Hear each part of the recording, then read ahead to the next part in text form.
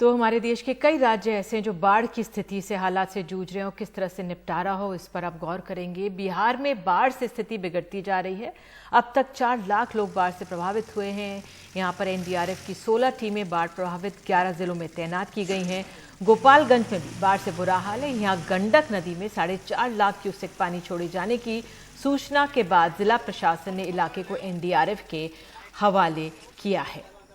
कल शाम 750 से अधिक परिवार को राहत कैंप में पहुंचाया गया है। प्रशासन के अनुसार अभी भी 10 से 12 हजार लोग बाढ़ से प्रभावित हैं, जिन्हें सुरक्षित स्थानों पर पहुंचाया जा रहा है। और डिजास्टर रिलीफ फोर्स जो है, नेशनल डिजास्टर रिलीफ फोर्स, उसके कमांडेंट के मुताबिक 10 मोटर बोट और सरकारी नावें इस काम में लगाई गई हैं। पानी बढ़ने की आशंका को देखते हुए लोगों को जगह खाली करने के लिए भी कहा जा रहा है।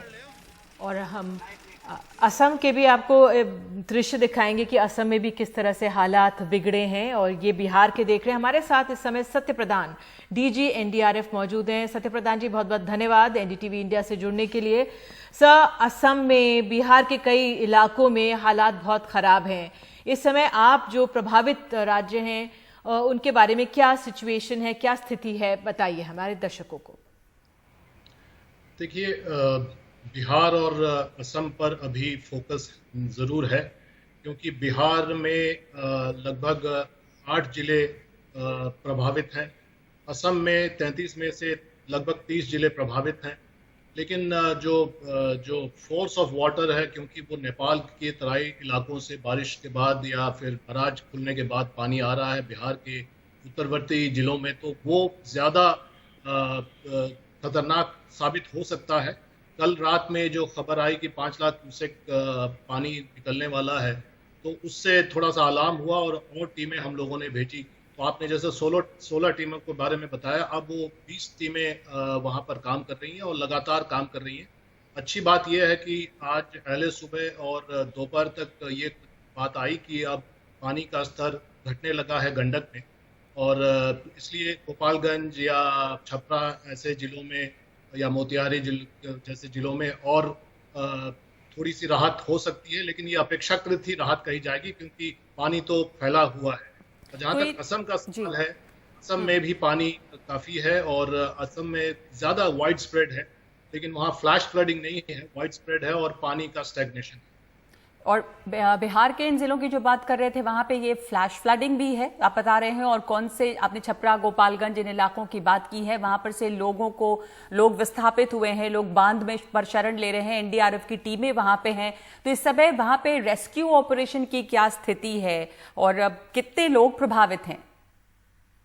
देखिए, वहाँ पर जिन जिलों में अफेक्टेड लोग हैं, वो ज़्यादातर इवैक्यूएशन के लिए अभी तत्पर नहीं है, क्योंकि वो अभी भी उतना पानी नहीं है कि उनको इवैक्यूएट करने की ज़रूरत पड़े। लेकिन जहाँ तक कैंप्स बने हुए हैं, जहाँ कैंप्स बने हुए हैं या कम्युनिटी किचन्स बने हुए हैं, और लोकल एडमिनिस्ट्रेशन के डिमांड के अनुकूल हम लोग काम कर रहे हैं और एनडीआरएफ इवैक्यूएशन कर रहा है। वो स्थिति असम में थोड़ी सी अलग है। असम में इवैक्यूएशन बहुत ज़्यादा हुआ है, 20-30 हज़ार से ज़्यादा लोग इवैक्यूएट हुए हैं। लेकिन बिहार में, जहाँ तक बिहार का सवाल है, अभी इवैक्यूएशन का प्रोसेस जस्ट शुरू हो रहा है। और अगर पानी का स्तर ऐसे ही लगा रहा, तो फिर इवैक्यूएशन असम के तर्ज पर वहाँ भी अब होने लगेगा। और हमारी जी सर, बिहार के लिए कहा जा रहा है कि गंडक, बागमती, कोसी जो नदियां हमारे सहयोगी बता रहे थे, जो उनके तटबंध हैं वो ब्रीच नहीं हुए हैं, इसलिए फिलहाल इतनी भयावह स्थिति नहीं है। आपने भी जिस तरह से कहा कि 8 जिलों में प्रभावित हैं, तो उस लिहाज से जरा हमें आंकलन बताइए कि हमारे बिहार में जो स्थिति है, किस तरह से एनडीआरएफ उसको आंकलन कर रहा है अभी।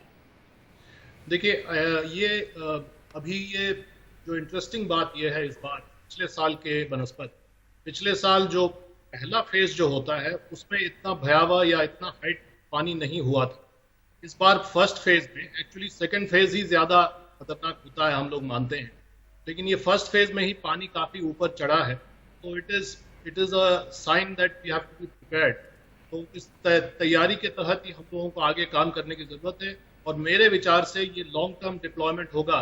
एनडीआरएफ को अभी हो सकता है कई सप्ताह तक यहाँ पर लगातार काम करने की जरूरत होगी, और जरूरत अगर और टीमों की जरूरत होगी देश के अन्य भागों से लाने की जरूरत पड़े तो वो भी लाई जाएगी।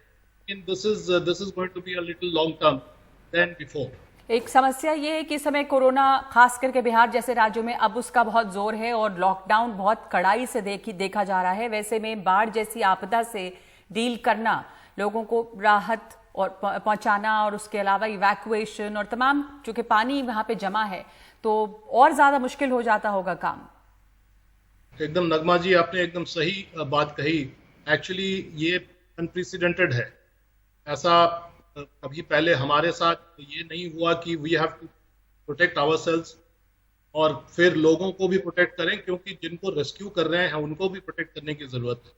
अब वो जिस बोट में पहले हम लोग 12 लोगों को या 14 लोगों को बिठा के ले आते थे रेस्क्यू करके, अब सोशल डिस्टेंसिंग के तहत हो सकता है उसके आधे तादाद में लाना पड़े। और अगर गरीब लोग हैं तो कोई जरूरी नहीं कि मास्क उनके पास हो, तो मास्क भी उनको देना पड़ता है और साथ ही साथ उनको सैनिटाइज भी करना पड़ता है, उनके कपड़ों को सैनिटाइज करना पड़ता है और समझा बुझा कर लाना पड़ता है कि आपको अपने सेहत के लिए एहतियात बरतना है।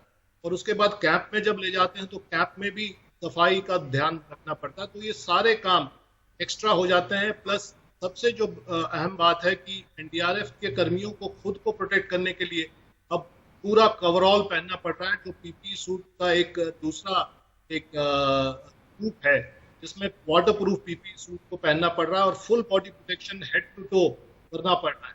तो this is something very unprecedented. But अच्छी बात यह है कि हम लोगों को एक ड्राई रन, प्रैक्टिस रन मिल गया। अम्फन साइक्लोन और निसर्ग साइक्लोन को जब फेस किया, वो भी कोविड के समय का साइक्लोन था और ये कोविड के समय का फ्लड है। तो एक तरह से हम लोगों की तैयारी अच्छी है और मैं उम्मीद करता हूं कि इस सीजन में भी हम लोग जो भी सेवा लोगों को देना चाहिए वो दे पाएं। मिस्टर प्रधान, आपने ये मैं आखिरी सवाल आपसे पूछना चाहूंगी। आपने कहा जिस तरह से कि भाई कोरोना के लिहाज से बहुत चेंजेस आपको लाने पड़े अपनी स्ट्रैटेजी में, क्योंकि हमें अपने एनडीआरएफ की टीम्स को भी बचाना और लोगों को भी सुरक्षित स्थान पे पहुंचाना है।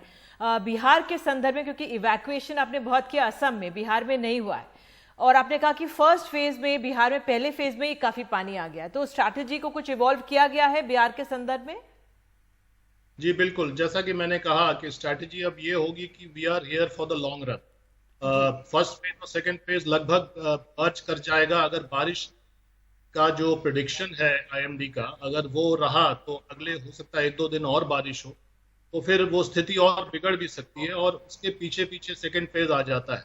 तो स्ट्रैटेजी ये होगी कि हम लोगों को लोकल एडमिनिस्ट्रेशन के साथ मिलकर कैंप्स को संभालना होगा, कम्युनिटी किचन्स को संभालना होगा, लोगों को इवैक्यूएट करने की जरूरत पड़ी तो करना होगा, और फिर लोगों को इवैक्यूएट करने के साथ साथ कोविड के एंगल से स्ट्रैटेजाइज करना होगा कि उनको कोविड से फिर परेशानी ना हो जाए। क्योंकि अगर महामारी फैलती है और कोविड जैसी महामारी फैलने लगती है तो वो दूसरी आफत आ जाएगी, बाढ़ से भी बड़ी आफत हो जाएगी। तो इसकी तैयारी हम बिल्कुल। बहुत बहुत धन्यवाद आपका सत्य प्रधान जी हमसे बात करने के लिए। एक तो कोविड की महामारी का तो डर है और बाढ़ जैसे हालात जब रहते हैं तो उसके बाद दूसरे तरह की महामारी का भी डर होता है, इन्फेक्शंस का, क्योंकि पानी जमा होता है। तो ये तमाम समस्याएं बनी हुई हैं बिहार और असम में। बाढ़ की स्थिति काफी गंभीर